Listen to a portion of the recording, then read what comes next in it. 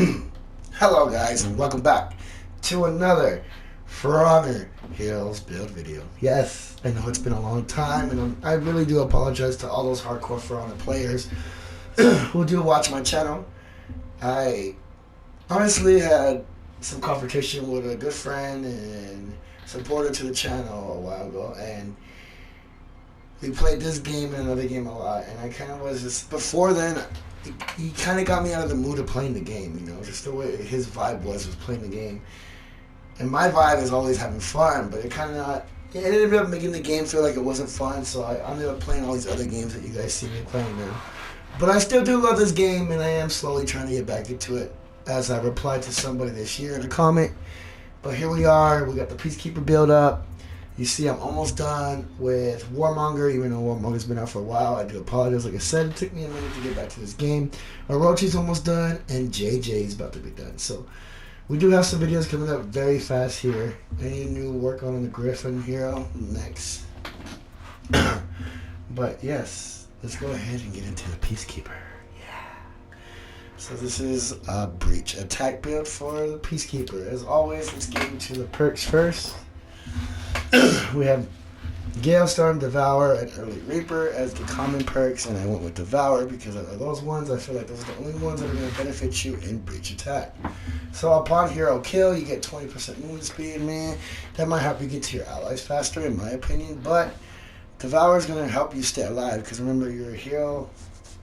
Most of the time, especially when you get to the third stage, you're going to need your health. And this is the top of the amount you already get from a feat that we have activated, and on top of the amount you get from a normal execution. You'll get an additional 10 health. Early Reaper upon spawn or revive, first attacks do 30 damage. Now I don't really feel this one because there's so many minions and what officers on the battlefield of Breach, so the first thing you hit is going to take your 30% damage buff. Now let's say 30% of 3, right? That's just going to make it be, I mean, if you have 30% out of 10, that's going to be 13 damage. So that 30% buff isn't really that great to change for something that's going to give you more health and allow you to stay alive longer in Breach attack. Endurance. Now remember, also in Breach, there's not that many places to heal. There's only one area. It's like a heal pad or a zone that you have to take over. Endurance, I always go with most of the time, especially since it's like a mid-level perk. And it's whenever you gain a renown level, you receive 3% stamina cost reduction. Now, a renown level is when you gain a feat. So if you got your second feat, that's renown level 2. At that point, you'll have a 6% stamina cost reduction. You add them all together, you'll have a total of 12%. It's really cold here, guys. Sorry for all the stuff that's going on, the noise. I'm cold. Now for my last and final, what would we say, rare perk, I went with Headhunter. I went with them over Crush Them and Survival Instincts because we already have something that gives a stamina cost reduction, and Survival Instincts only kicks in when you're at critical health. Now when it comes to Crush Them, your next attack after killing a hero is going to do 30% more damage. It's kind of like the same thing of Early Reaper, but it just continues on in the game. Meh. When it came to Breach, we went to Headhunter because it allows you to increase your health by 4 for a total of 16. And that's basically, you know, a heavy, I mean, not a light. That's like a light.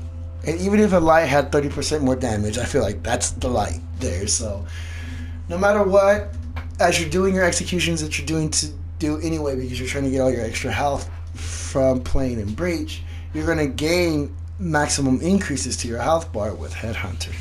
Plus, the whole time you gain a feat, you're going to be getting some more stamina cost reduction. So, in overall, this is going to keep you in the fight longer, which what you need when it comes to Breach is endurance.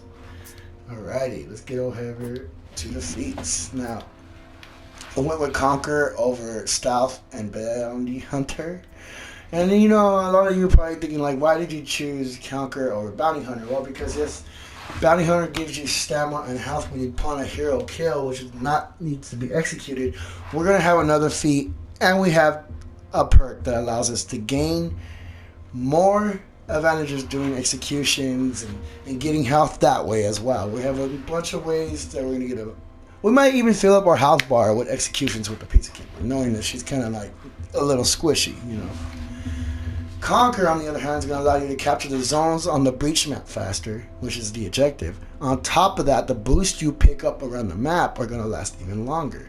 So, in my opinion, this outshines Bounty Hunter in this situation. Now, Bounty Hunter is a beautiful perk when it comes to Dominion. For our second feat, I chose Executioner's Respite. It's a passive once you unlock this feat, as well as the passive on your first feat. Whenever you execute an enemy hero, gain an extra amount of health based on the execution's duration. So if you do a long execution, which is hard to kind of do sometimes in Breach if you're around minions and officers because they're just going to pike you out of it. But if you do have a chance to do it, you're going to get an amazing amount. If you're going to do even a small, quick duration execution, you're going to get some extra health on top of that. You're going to get the 10 health from your perk. And you're going to get a passive amount to your max health from Headhunter. So overall, this, you know what I'm saying? You're going to heal pretty good. If you got some boost going on from the map, you can get the defense attack boost, run around fast with the Peacekeeper, and just go ham. Now, on the third perk, I went with Sharpened Blades. I did kind of go with Program Mortis for a little bit to throw out the Rams troops, but it really doesn't kill them. It just does a good amount of damage to them. So I was like, okay, that's kind of useless, you know. So we already went with Sharpened Blades just because, hey, we're going to do more damage. Also, when you get to the Guardian or the King at the end, you'll be able to take them down much, much faster. Especially combined with Fear itself, it's going to do a great amount of damage to a group. Now, I chose that over Program Mortis. I told you why. Crossbow, man, things can get in the way. People see it coming, so it's easy to avoid. Fear itself, nearby enemies have lower defenses, which again makes them die faster, makes your attack hit even harder. Allows you to quickly get those executions that you need to keep going in the battle. I'm telling you, she runs around like a beast. I had fun playing Peacekeeper as much as I hate playing against Peacekeeper. So we do have Catapult and Last Laugh as optional choices, but I'm not planning on dying a lot, especially as an attacker in Breach. Catapult's nice. It takes a while to come back. The thing I wish they'll change about Catapult is that they'll avoid letting the opposing team see where it's going to hit. I don't mind that they can hear the Catapult launching. That's cool. That's badass. But imagine being on the enemy team or being on your team and your enemy has a Catapult and all you hear is like the Catapult's coming, but you don't know where it's going to land. That is like how war used to be. You don't know where that mog is landing. There's no indicator on the ground to let the enemy team know where it's going to be. You know, so once they do that, I'll probably use that more often. But right now, we're using Fear itself, especially right now. Fear itself actually is really a good perk. So that's it for the Peacekeeper on the Attack Breach build. I really hope you guys enjoyed. Thank you so much for taking your time to watch. Again, sorry for the delay on For Honor content. I've just been out of playing this game, but we're back at it again. And thank you so much for all your continued support. And those of you who are still here from back in the day, I really do appreciate it. And look out for some more For Honor hero content.